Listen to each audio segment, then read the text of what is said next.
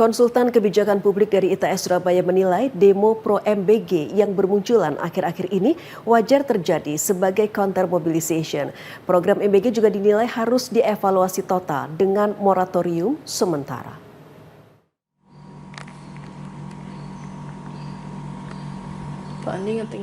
Hal ini disampaikan Andi Irawan, konsultan kebijakan publik dari kampus ITS Surabaya atas maraknya aksi demo mendukung program makan bergizi gratis MBG yang terjadi saat ini, menjadikan program MBG bukan hanya sekedar program peningkatan gizi, namun menjadi kontestasi politik.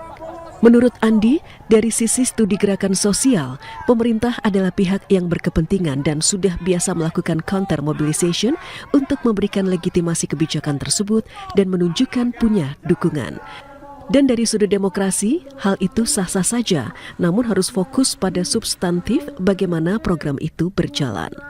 Menurut dosen Departemen PWK ITS Surabaya ini, anggaran MBG sangat besar hingga 235 triliun rupiah atau sepertiga anggaran pendidikan. Karena itu, evaluasi bukan hanya dilihat dari output atau hasil, namun harus dilihat dari dampak akhir seperti penerima manfaat yang mengalami kenaikan gizi, UMKM lokal yang dilibatkan, atau jumlah pengangguran yang berhasil kerja. Ia juga mengapresiasi langkah pemerintah untuk mengganti pimpinan BGN yang melakukan korupsi, karena itu bagus untuk tata kelola. Namun akan lebih bagus jika dilakukan moratorium atau penghentian sementara MBG untuk dilakukan evaluasi total.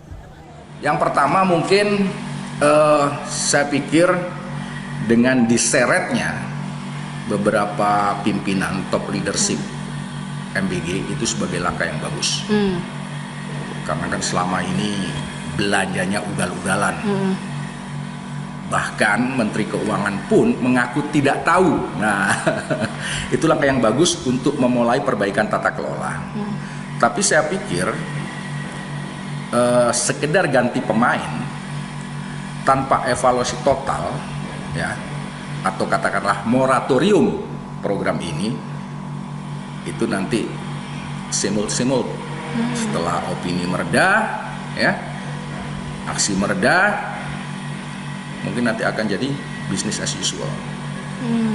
Program seperti ini seharusnya dimulai dari pilot project, gitu. Pilot project, jangan masif secara nasional atau bottom up, yaitu tadi dikembalikanlah ke sekolah-sekolah.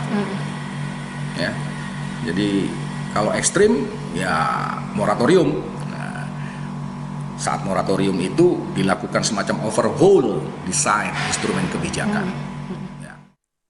Selvi Wang, JTV.